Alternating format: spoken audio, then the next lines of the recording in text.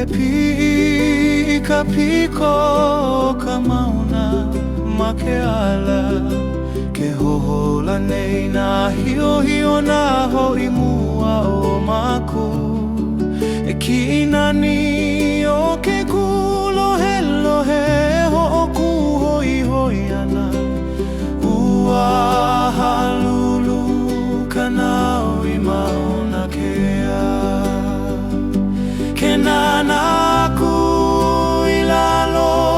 I ke ao holokoha he kiko lilili ua mai vale na piliki au ke ola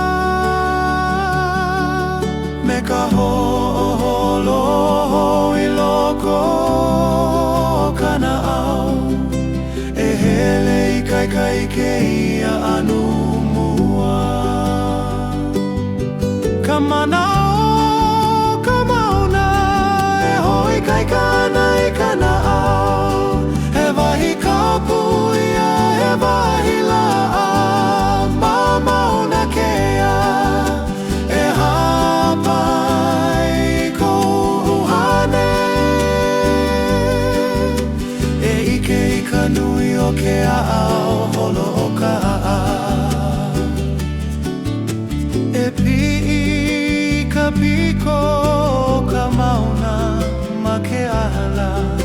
ke hohola nei na hio na hoi mua o maku e kinani o ke kulohe e ho o ku hoi ana ua haalulu kana au I mauna kea ke nana aku I lalo I ke ao holo o ka he kiko lili ua me vale na piliki au ke ola me ka holo I loko kana au e hele I kai ke ia anu